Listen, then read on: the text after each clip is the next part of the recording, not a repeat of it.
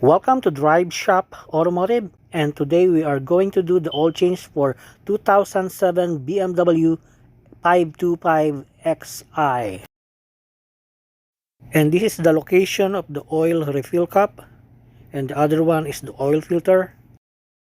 And now we are going to open the oil refill cup.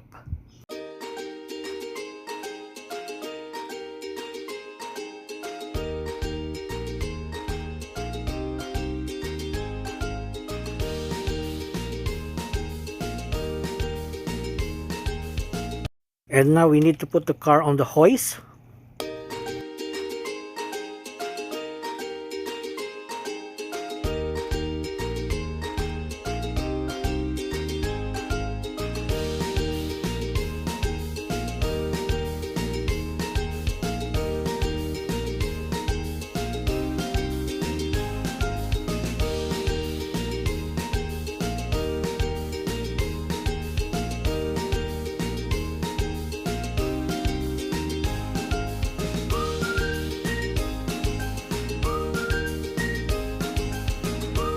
And here we will show you where is the drain plug of this car.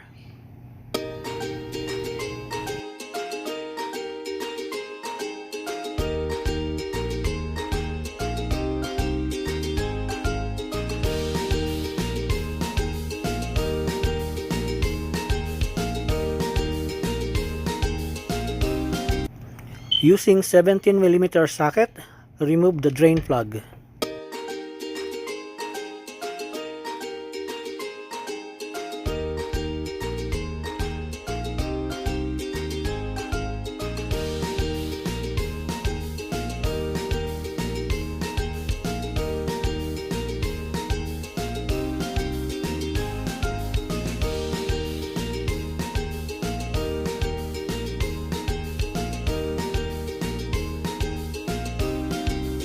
Since the car is up, this is the right time to visually check the underneath of the car for some damage, loose ball joint, oil leaks, or to adjust the tire pressure and so many things.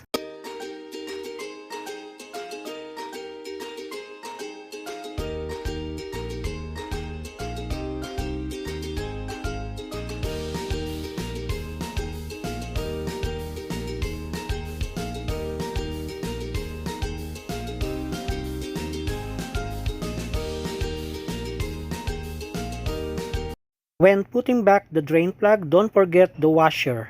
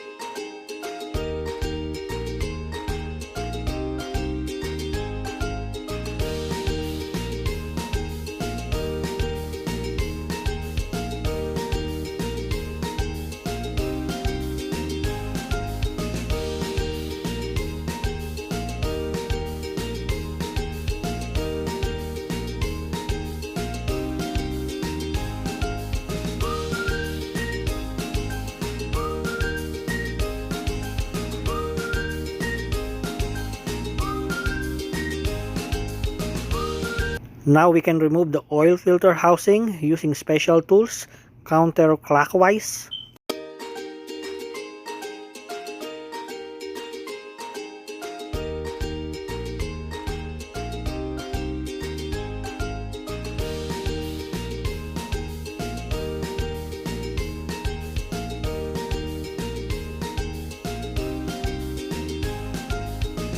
This is the oil filter. a cartridge type filter.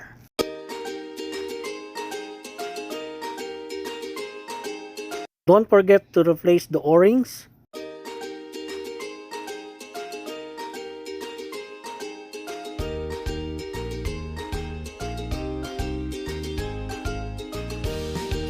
Lubricate the O-rings with the small amount of oil just to prevent damage.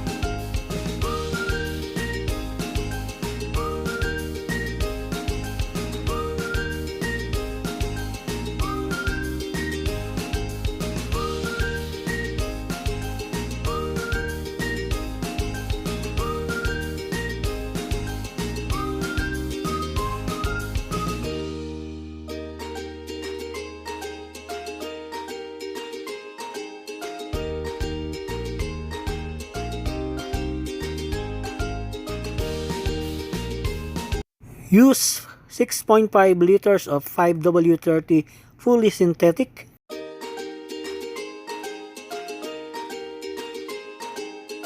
And reset the oil maintenance light with the following procedure.